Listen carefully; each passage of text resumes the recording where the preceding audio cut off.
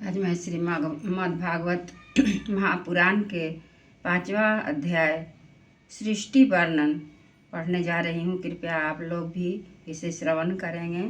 इसको पढ़ने से या सुनने से बहुत ही लाभ होता है। मन को शांति मिलती है, मनवांछित फल भी मिलता है। इसलिए आप इसको अवश्य पढ़ें। जिसको जो इच्छा हो वो इसको श्रवण से प्राप्त कर सकते हैं। तो आइए सुनते हैं। नारद जी ने पूछा, पिताजी, आप केवल मेरे ही नहीं सबके पिता समस्त देवताओं से श्रेष्ठ एवं सृष्टि करता है। आपको मेरा प्रणाम। आप मुझे वह ज्ञान दीजिए जिससे आत्म तत्व का साक्षात्कार हो जाता है।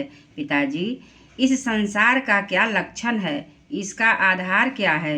इसका वर्णन किसने किया है? इसका प्रलय किसमें होता है? यह किसके अधीन है और वास्तव में यह है क्या वस्तु? आप इसका तत्व बतलाइए। आप तो यह सब कुछ जानते हैं, क्योंकि जो कुछ हुआ है, हो रहा है या होगा, उसके स्वामी आप ही हैं। यह सारा संसार हथेली पर रखे हुए आंवले के समान आपकी ज्ञान दृष्टि के अंतर्गत ही है। पिताजी, आपको यह ज्ञान कहाँ से मिला? आप किसके आधार पर ठहरे हुए हैं? आपका स्वामी कौन है और आपका स्वरूप क्या है? आप अकेले ही अपनी माया से पंचभूतों के द्वारा प्राणियों की सृष्टि कर लेते हैं। कितना अद्भुत है! जैसे मकड़ी अनायास ही अपने मुंह से जाला निकालकर उसमें खेलने लगती है, वैसे ही आप अपनी शक्ति के आश्रय से जीवों को अपने में ही उत्पन्न करते हैं और फिर भी आप में कोई विकार नहीं होता। जगत में नाम रूप और गुणों से जो कुछ जाना जाता है, उसमें मैं ऐसी सत असत उत्तम माध्यम और अधम वस्तु नहीं देखता जो आपके सिवा और किसी से उत्पन्न हुई हो। इस प्रकार सबके ईश्वर होकर भी आपने एकाग्र चित्त से घोर तपस्या की। इस बात से मुझे मोह के साथ साथ बहुत बड़ी शंका भी हो रही है कि आपसे बड़ा भी कोई है क्या? पिताजी, आप सर्वज्ञ और सर्वेश्वर हैं। जो कुछ भी पूछ रहा हूँ वह सब आप कृपा करके मुझे इस प्रकार समझाइए कि जिससे मैं आपके उपदेश को ठीक ठीक समझ सकूं। ब्रह्मा जी ने कहा, बेटा नारद, तुमने जीवों के प्रति करुणा के भाव से भरकर यह बहुत ही सुंदर प्रश्न किया है, क्योंकि इससे भगवान के गुणों का वर्णन करने की प्रेरणा प्राप्त हुई है। तुमने मेरे विषय में जो कुछ कहा है, तुम्हारा यह कथन भी असत्य नहीं है, क्योंकि जब तक मुझसे परे का तत्व जो स्वयं भगवान ही हैं जान नहीं लिया जाता, तब तक मेरा ऐसा भी ही प्रभाव प्रतीत होता है जैसे सूर्य, अग्नि, चंद्रमा, ग्रह, नक्षत्र और तारे उन्हीं के प्रकाश से प्रकाशित होकर जगत में प्रकाश फैलाते हैं, वैसे ही मैं भी उन्हीं स्वयं प्रकाश भगवान के चिन्मय प्रकाश से प्रकाशित होकर संसार को प्रकाशित कर रहा हूँ। उन भगवान वासुदेव की मैं वंदना करता हूँ और ध्यान भी जिनकी दुर्जय माया से मोहित होकर लोग मुझे सद्गुरु कहते हैं। यह माया तो उनकी आँखों के सामने ठहरती ही नहीं, झेप कर दूर से ही भाग जाती है, परंतु संसार के अज्ञानी जन उसी से मोहित होकर यह मैं हूँ, यह मेरा है, इस प्रकार बकते रहते हैं। भगवत स्वरूप नारद, द्रव्य, कर्म, काल, स्वभाव और जीव वास्तव में भगवान के भिन्न दूसरी कोई भी वस्तु नहीं है।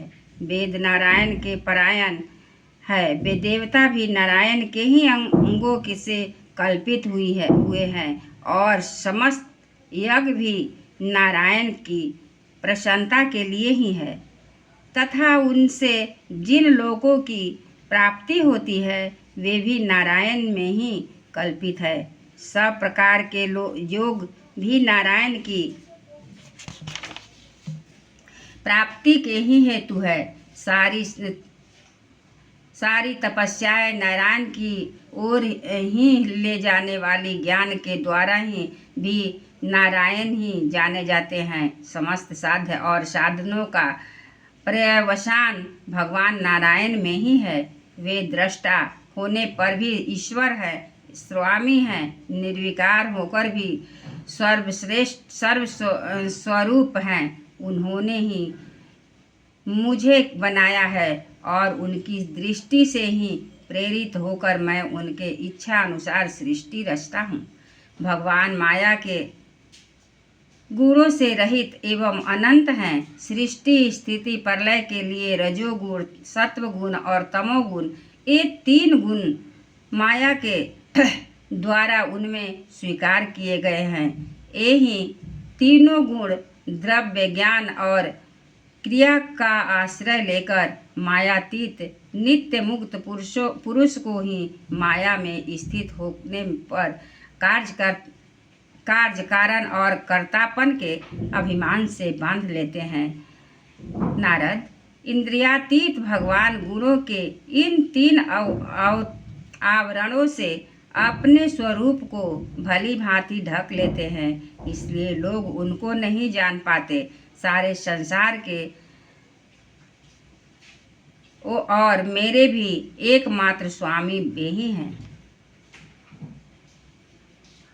मायापति भगवान ने एक बार एक से बहुत होने की इच्छा होने पर अपनी माया से अपने स्वरूप में स्वयं प्राप्त काल, कर्म और स्वभाव को स्वीकार कर लिया है। भगवान की शक्ति से ही काल ने तीनों गुणों में क्षोभ उत्पन्न कर दिया। स्वभाव ने उन्हें रूपांतरित कर दिया और कर्म ने महत्व को जन्म दिया। रजोगुण और सत्वगुण की वृद्धि होने पर महत्व का जो विकार हुआ, उससे ज्ञान, क्रिया और द्रव्य रूप तमः प्रधान विकार हुआ। वह अहंकार कहलाया और विकार को प्राप्त होकर 3 प्रकार हो गया। उसके भेद है वैकारिक, तेजस और तामस। नारद जी, वे क्रमशः ज्ञान शक्ति, क्रिया शक्ति और द्रव्य शक्ति प्रधान है। तब पंच महाभूतों के कारण रूप तामस अहंकार में विकार हुआ।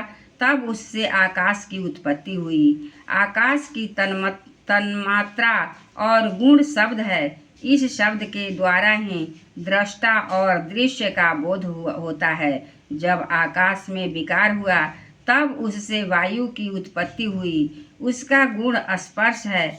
उसके अपने कारण का गुण आ जाने से यह शब्द वाला भी है। इंद्रियों से में स्फूर्ति, शरीर में जीवन शक्ति, ओज और बल इसी के रूप है। काल, कर्म और स्वभाव से वायु भी विकार हुआ। इससे तेज की उत्पत्ति हुई। इसका प्रधान गुण है। साथ ही इसके कारण आकाश और वायु के गुण, शब्द एवं स्पर्श भी इसमें ही है। तेज के विकार से जल की उत्पत्ति हुई। इसका गुण है रस। कारण तत्वों के गुण, शब्द, स्पर्श और रूप भी इससे ही है।